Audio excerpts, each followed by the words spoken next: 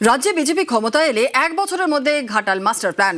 দেবরার সভা থেকে প্রতিশ্রুতি অমিত শাহের, নিশানায় তৃণমূল সরকার। घाटल की बाढ़ आई, हमने मोदी जी ने 1500 करोड़ रुपए का घाटल के विकास का मास्टर प्लान भेजा।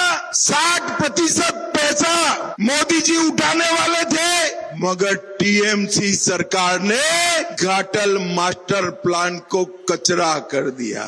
भाजपा की सरकार बनाइए, घाटल मास्टर प्लान को हम 1 साल के अंदर लागू कर बाढ़ की समस्या का निपटान करेंगे। 26 मिलियन क्यूबिक मीटर गाद रूपनारायण नदी में जमा हो रही है, मगर ममता जी को टाइम नहीं है। রাজ্যের টাকাতেই ঘাটাল মাস্টার প্ল্যান হচ্ছে, অমিত শাহ জানেনই না তো অভিষেক বন্দ্যোপাধ্যায়ের। 200 কোটি টাকা দিয়ে ঘাটাল মাস্টার প্ল্যানের কাজ শুরু করেছে গত বছর মমতা বন্দ্যোপাধ্যায়। যে ড্রেজিং এর কাজগুলো হচ্ছে, রাজ্য সরকারের তরফ থেকে 200 কোটি টাকা দেওয়া হয়েছে। কেন্দ্র সরকারকে বলুন শ্বেতপত্রটা প্রকাশ করুন, 200 কোটির মধ্যে আপনারা কত টাকা দিয়েছেন। অমিত শাহ বাংলার রাজনীতির উপর তো নজর রাখে না। 1500 কোটি টাকা খরচা করার কথা ছিল। আমি দেবের প্রচারে গিয়ে 2024 সালে বলেছিলাম যে 31শে ডিসেম্বর 2024 অব্দি আমরা অপেক্ষা করব।